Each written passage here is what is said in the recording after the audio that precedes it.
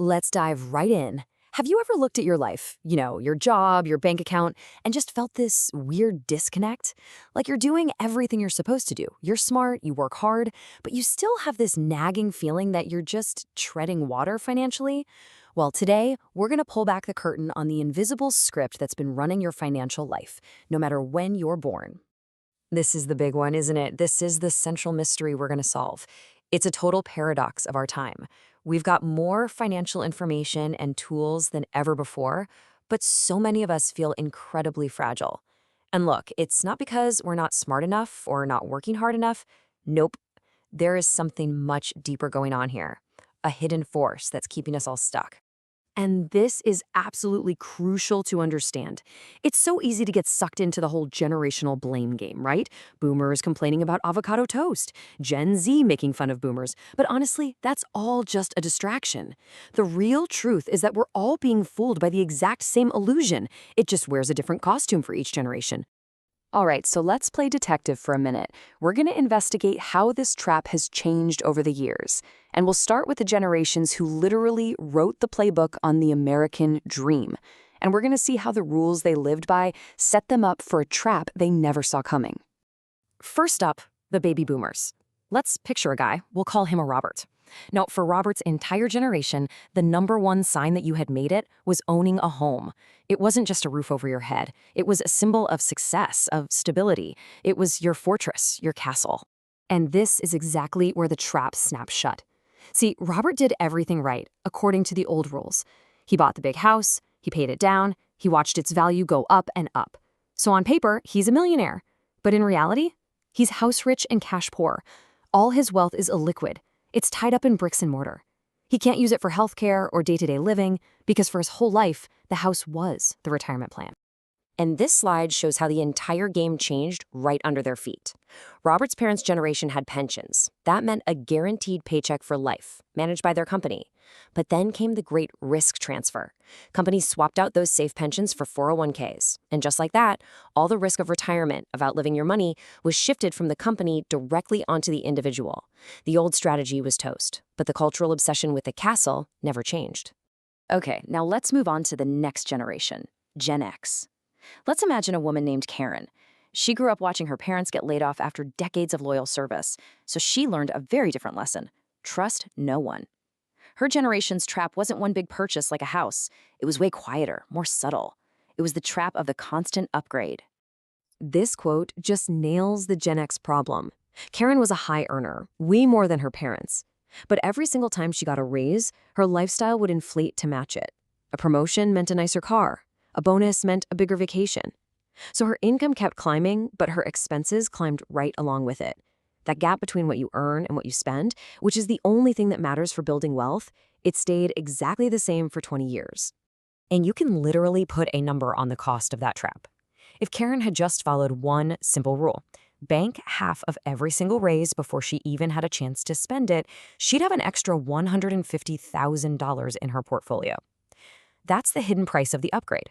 It's not one decision, it's 1,000 tiny ones that lead to a massive wealth gap. Okay, so the trap for the older generations was all about performing wealth in a pretty traditional way. But what about for younger folks who grew up knowing that the whole house and pension script was already broken? Well, the trap didn't disappear. Oh no, it just got a 21st century makeover. Let's talk about our millennial, Marcus. He came of age in a world where wages were flat and the price of assets like houses was skyrocketing. That traditional castle, it was a total fantasy. So the cultural signal for success had to change. It became all about collecting experiences, the stamped passport, the music festivals, the lived life. And this is where it gets really sneaky. The cultural mantra became, spend money on experiences, not things. And it felt so wise, so enlightened, right? But here's the trap. It wasn't the travel itself that was the problem. It was using that travel as a substitute for building actual assets. So yeah, Marcus has amazing photos and incredible memories, but at 38, his investment account is nearly empty. And that brings us to the present day with our Gen Zer, Zoe. Now, her generation is probably the most financially literate ever. They can talk to you about index funds and compound interest all day. But their trap is performing wealth through a perfectly curated online aesthetic. It's the right tech setup for their desk, the cool apartment, the perfect outfit for their feed. I mean, this chart says it all, doesn't it? Zoe knows she should invest, so she puts away $50 a month. Good for her. But she's spending 4 times that much on the performance of a successful life. The trap for her generation isn't a lack of knowledge. It's the insane social pressure to spend on an aesthetic that proves you've already made it, which leaves almost nothing left over to, actually make it. So we've just walked through 4 different generations, falling into what look like 4 totally different traps. But what if I told you they were all the exact same trap? It's time we finally name the mastermind that's been pulling all the strings. This is the key that unlocks the whole thing. A big suburban house, a passport full of stamps, an Instagram-perfect apartment. I mean, on the surface, they have absolutely nothing in common. But psychologically, they do the exact same job.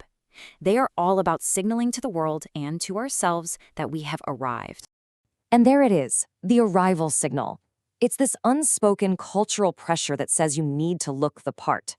It's the feeling that you have to buy the costume of success long before you've built the substance of it. Robert's castle, Karen's upgrades, Marcus's travels, Zoe's aesthetic. They're just different costumes from different eras. So if this trap is so obvious once you see it, why do we all keep falling for it? Well, the answer isn't psychological, it's mathematical. It's because the alternative, the slow, boring, patient process of actually building wealth, is incredibly unrewarding at the beginning. And that disappointment is what makes the instant hit of an arrival signal so tempting. Take a look at this. This is the reality of investing $500 a month. After 5 years of being disciplined and sacrificing, you've put in $30,000 of your own money, and the market has given you back less than $7,000. That growth feels pathetic. It's insulting. This is what we call the flat part of the runway, and it's where almost everybody gives up and decides to buy an arrival signal instead. But just watch what happens if you can power through those flat years. This table is where the magic is. Right around year 10, you hit something called the crossover point. That's the moment when your portfolio starts earning more money on its own than you're contributing each year. By year 15, the market's doing almost all the heavy lifting, and by year 20, your money is working way harder than you are. You just have to survive the boring part to get to the exponential part. And this number right here, this shows you the catastrophic cost of quitting early. Let's say in year 4, when you're feeling discouraged, you pull out just $8,000 to buy a slightly better car, a classic arrival signal. That one decision, because it happens so early, will cost you over $63,000 in future growth. It's not just an $8,000 withdrawal, it's a multi-decade financial setback. So how do we break this cycle? How do we finally consciously choose the substance of wealth over the performance of it? Well, it all comes down to a really simple, actionable plan that anybody can follow, no matter what generation you're from. Here it is, the escape plan. Step 1, you have to consciously separate the signal from the substance. Step 2, you have to actively delay buying the costume. That means drive the older car a little longer, live in the smaller place, skip the aesthetic upgrade. Step 3, and this is a big one, protect the gap. Every time you get a raise, automatically invest half of it before you ever even see it hit your bank account. And finally, step 4, live by this rule. Assets first, lifestyle second. Let your money machine buy your luxuries, not your paycheck. And really, it all just boils down to this one single idea. The secret to escaping the arrival signal trap that has caught every single generation is to embrace a powerful paradox. It's having the courage to look a little less successful today so you can have the freedom of being truly wealthy tomorrow. The only question left is, which one are you going to choose?